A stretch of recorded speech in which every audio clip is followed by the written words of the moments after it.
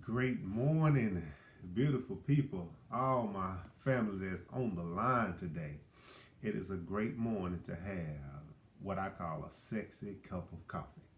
No, it may not be because of what you think it is. It's based on a formula that I found to help you get influence and navigate through environments. It's based on your social level, your education level, your communication level, because the exponential level in which you understand these elements, it will have you have control emotionally and have influence in every room you go into. And that's what we need. Those who have influence are the ones that have power, and you can have the amount of power that you need to accomplish what you want in your day and in your week. And this is a beautiful Monday morning. And I am Terrell Munger, the sexiest man alive. And it's not because of how I look or how I talk, it's because of the formula that I came up with. And I want to share some strategies with you. Every Monday morning, I do 7 minutes worth of strategy to give you access to the part of you that helps you accomplish what it is you want to do. Now, your strategy for today is tell the right story. Yep. Your strategy is tell the right story. Life is not always about what happens to us. It's about how we remember it. Man, when I was growing up, you couldn't have told me that we were poor. All I knew was we were creative. We played football in the streets. We got milk carts and made basketball goals. We made up our own games. We had a ball. But according to statistics and what the world says, we grew up in poverty.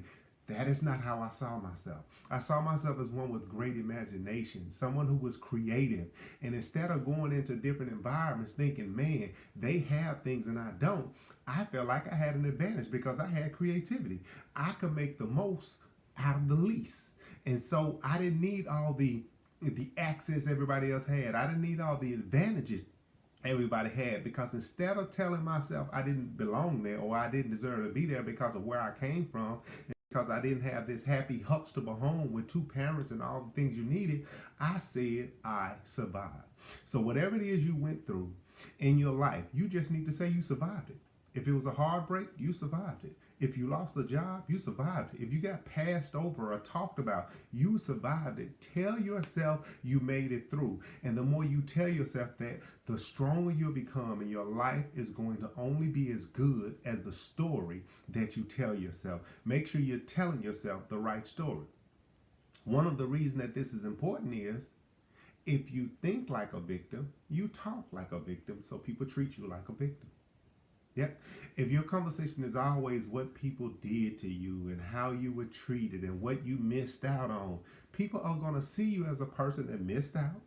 People are going to see you as a person that has been treated badly, so you're probably used to that. And they won't develop the level of trust that they need because all you talk about is what you went through and how bad it was, instead of saying you overcame it. And then they'll see you as a person that is strong. And especially when it comes to relationship, ladies, I would have you reconsider when you meet a new man, telling him all the things you've been through, how men treated you and who lied to you and who cheated on you, because you're telling that man you're the type of person that get lied to. You're the type of person that gets cheated on. And if he is not a disciplined and responsible man who wants to make amends for all the things you've been through in your life, he's going to say, okay, that's what she's used to getting done to her. And he'll follow the pattern that you created because you gave him the blueprint or the template of how to treat you. And you wonder why you keep running into the same type of man. It's because you keep telling yourself the same type of story. And another reason we really have to look at the story we tell ourselves and how we remember it is because mentally and emotionally, where you get hurt is where you stop growing. Yeah. The thing that hurt you, if you don't allow it to heal, you won't grow up from that.